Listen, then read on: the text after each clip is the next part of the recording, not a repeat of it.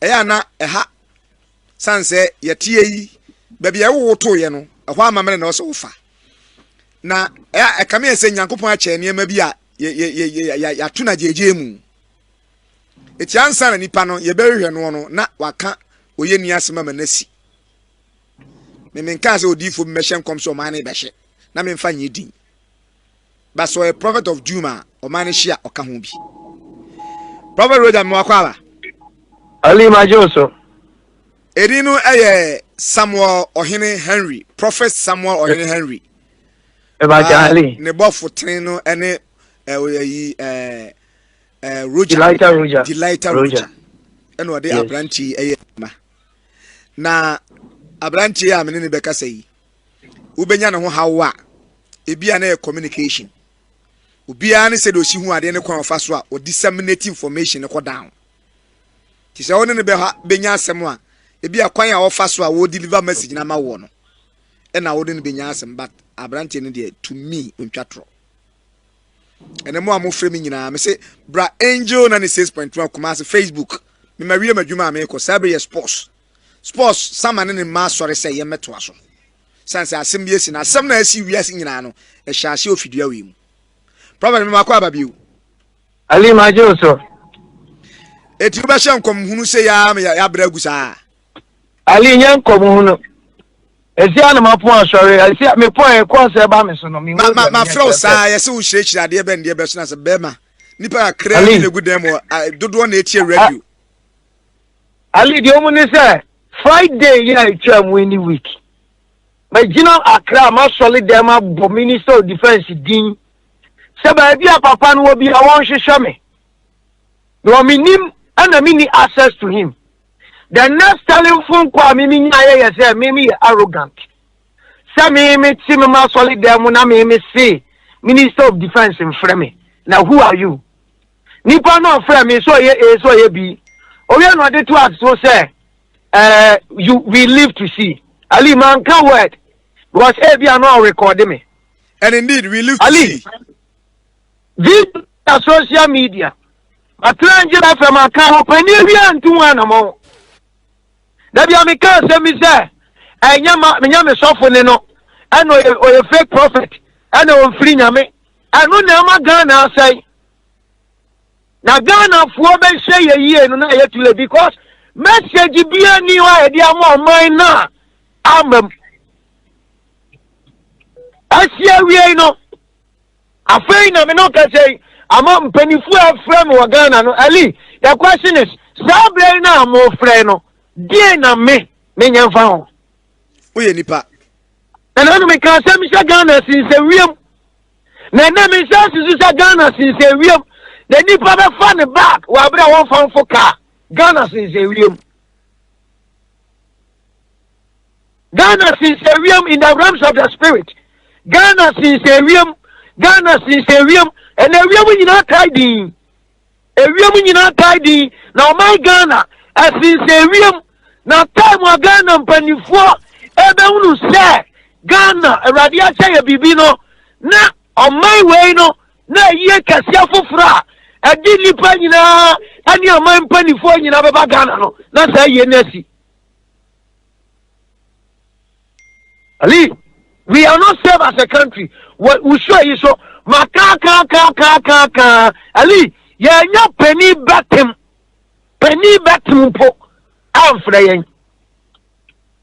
Esi we ya mo frɛ first house, mo frɛ ofikasiam, mo frɛ dia ne anyamfa ho.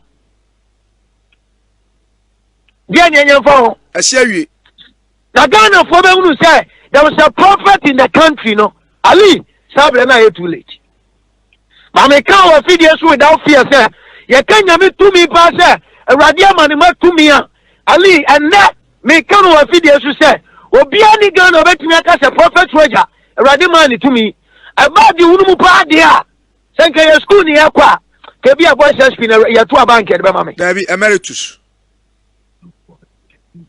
muchimi fi akwa Nigeria ebele TV Joshua tiasie muchimi tu kwa South Africa akwa difo onom na Ghana difo ye ti kro yi mumbu ya all because of say ye wo mrani bi say Kumasi Asɔfoɔ ye wo mrani bi say enkofo e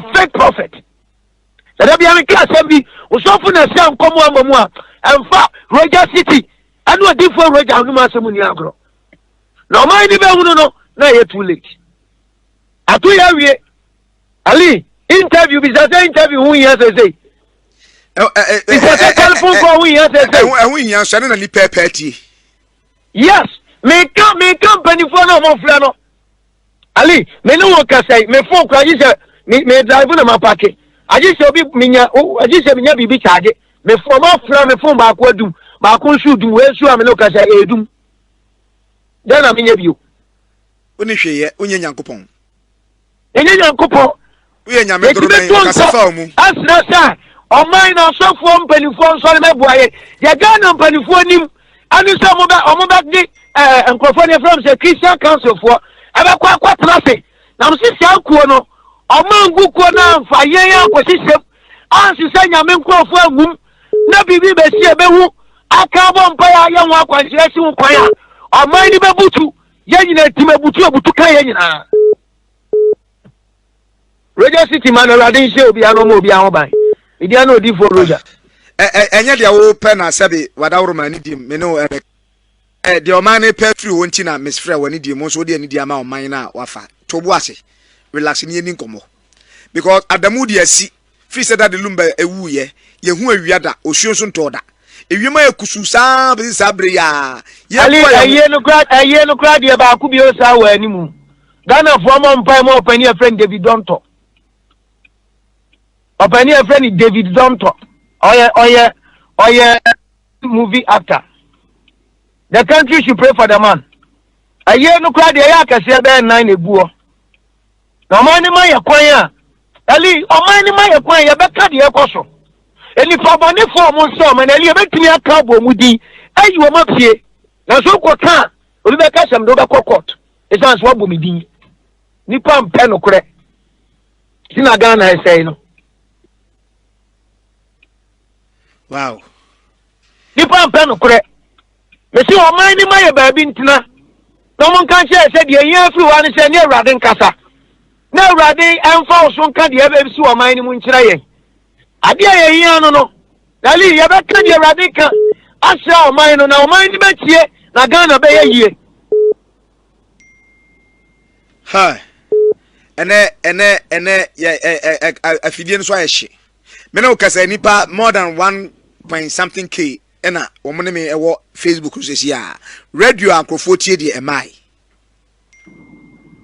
Ali wa fidie su menkan oh mabo ne ne we menkan more than 10 to 15 times so 28 29 July Ghana nyina year there's going to be a plane crash na sia Ghana mpanifo bi be wu afla ma ka se mo ya ka me se mo dia mo fa me mo ma me akwanya na ni ama mi ya di sia no me fa sia no me be kan jimi se mo ne kwasi asem se ada na hu ye wan sia no kwan se so think ka betimi abompa sia no ade na obi na awie bi ko so obi tie mi sa no be kire obi tie mi sa no be kan Ali ade ya de ensa ya no udi hwe ye da enye ye mi ni hu amane mi ni hu sika am de ko toto ho niema aya ho niema sia no enso man ni timi nya sika na mpanifo toto fie ama ya mpla no na asofo ye sika kitwa bi e de atoto niema abo adane obi amfi because ogini sofo di o wasofo ye body house wo wasofo when I feel can say you arrogant no number be from 03 put the number now to ja 03 you said that who are you? The next thing can do, I am giving threatening messages. Deal with me. Now here we are. Who is dealing with the other?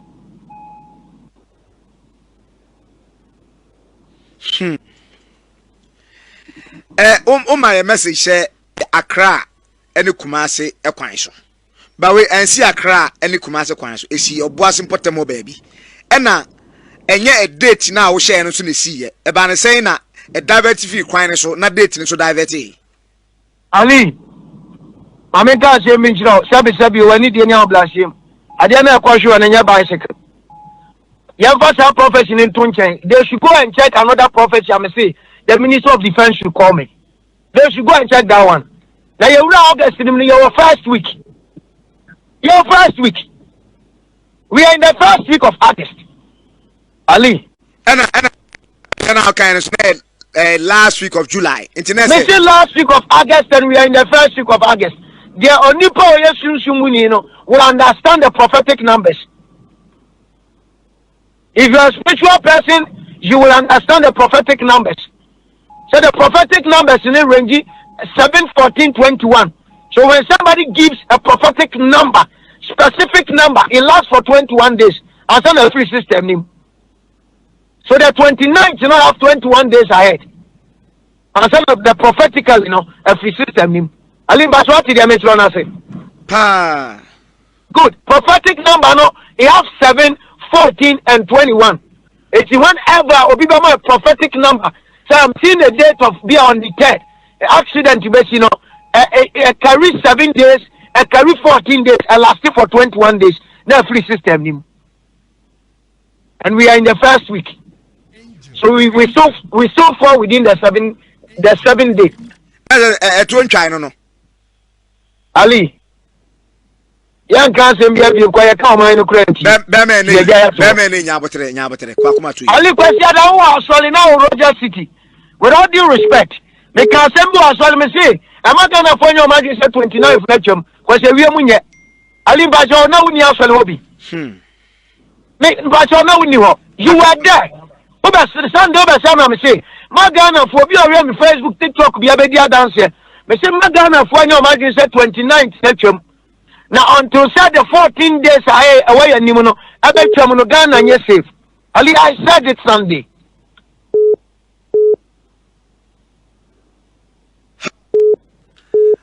What a bad news.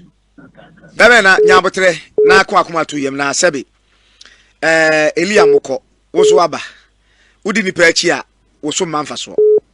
Eden no my Ghana yenye sabri. Ali mpanifo mi entrance. Achira nyama bebre ma achira se Ghana fo mpanifo nko Apostle Kwajo Safo. Ali ade ani aka mpanifo ni tie. Eti ubi mi bi sam wo se omunko wan Apostle Kwajo Safo. Ali me kan se papa no won sem bi ka kire o my Ghana. Wo man fi Ali bi question obi say mama nka bibi obi antie. Eti di America ni se so man ni mpanifo agiye di se yenso ye nyame nkrofo. Sabi se suma mponi ade komumpa. Omugiye di se ye nyame nkrofo we have a lot. I betimi aka beboa Ghana. Eti they should meet us. Ye betimi aka na. Baba ya onuna o wankan ho. Ali me wa oni tua na Wednesday ya kra sorry. Eti me baba ya sorry. Sure say na we ya sorry we because Ali mama nya sorry o. Mama nya sorry. Ali mama for me number ntuje bia na obi tie. Na wono de ye kan obetie. Na course no betimi afade. Ali de mama for ntuje. O fra wo mu ya be peke. To. Ali mbacho me for ntuje. Mbacho yetie o. Aya 0245 0245 77 44 06 Sisubio 0245 77 04 46 Ali mi wo Kumasi